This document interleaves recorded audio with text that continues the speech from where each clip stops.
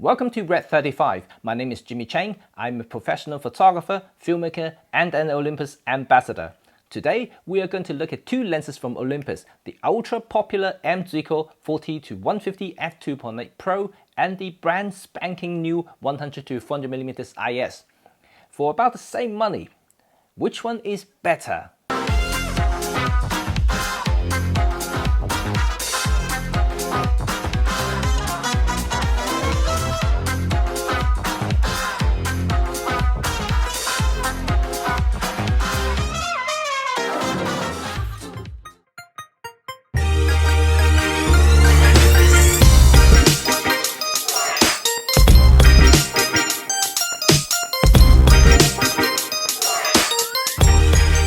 You may wonder why I compared the 40-150mm f2.8 Pro to the new 100-400mm IS instead of choosing a lens that's closer to the new lens in terms of focal range, such as the popular 75-300mm f4.8 to 6.7 Mark II or the wildlife weapon, the awesome 300mm f4 Pro IS.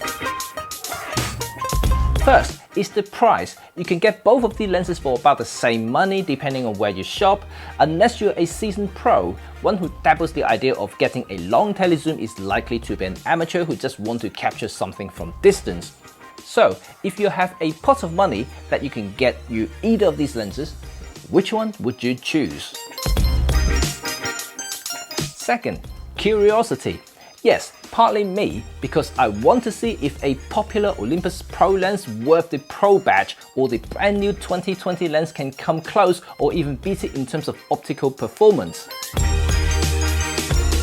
Third, you can get the 40-150 Pro closer to the brand new 100-400mm in terms of focal length by using a teleconverter.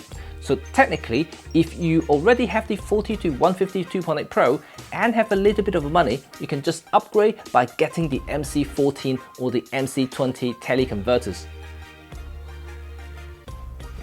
Now, let's have a look at the first scenario. What if you want to buy your very first tele zoom and have around £1,100? Now you have two interesting options. Most who buy these type of tele zoom lenses would already have other lenses. It could be a couple of fast wide angle primes or the spectacular 12-40mm f2.8 Pro.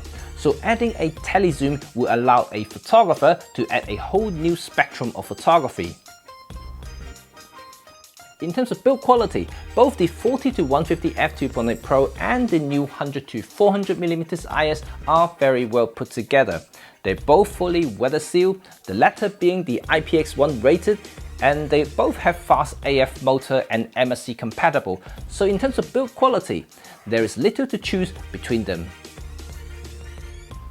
Size and weight, however, can be a little different. The Pro lens is actually smaller and lighter than the newcomer, weighing at just 760 grams, over 300 grams lighter than the big boy here. So it's actually a better companion if you travel. However, there's nothing like the new 100-400mm in terms of reach.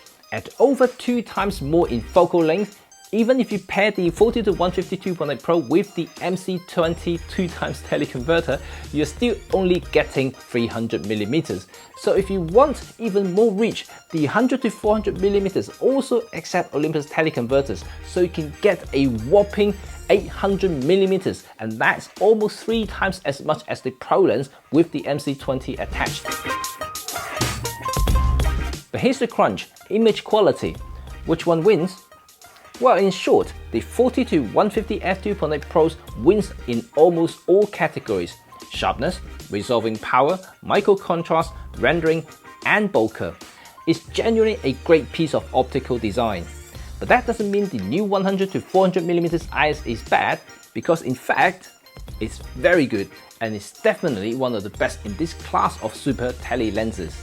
In the same photo here, you can see the difference between the two at similar focal length and aperture setting. The 40-150 Pro is noticeably crispier, but the 100-400mm IS performs extremely well and beats older premium lenses in terms of optical control like vignetting and chromatic aberrations. Adding the teleconverters won't change image quality in my experience either, and it performs equally good.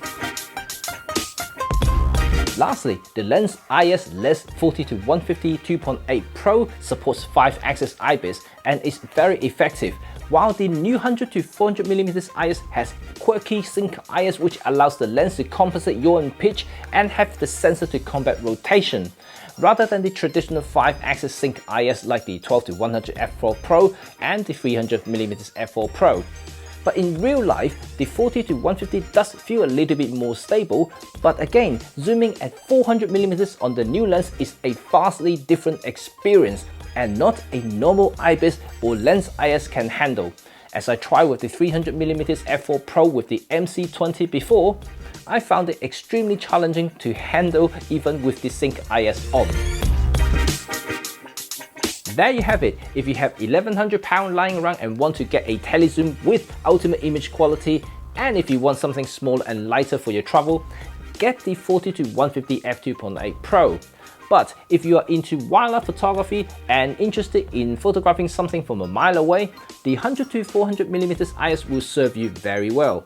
However, if you want the focal length of the 100-400mm lens and not worry about size and weight, and want ultimate image quality like the 40-150 Pro here, then you have to wait a little longer for the crazy 150-400mm f4.5 IS Pro, but that is likely to cost you a kidney to buy.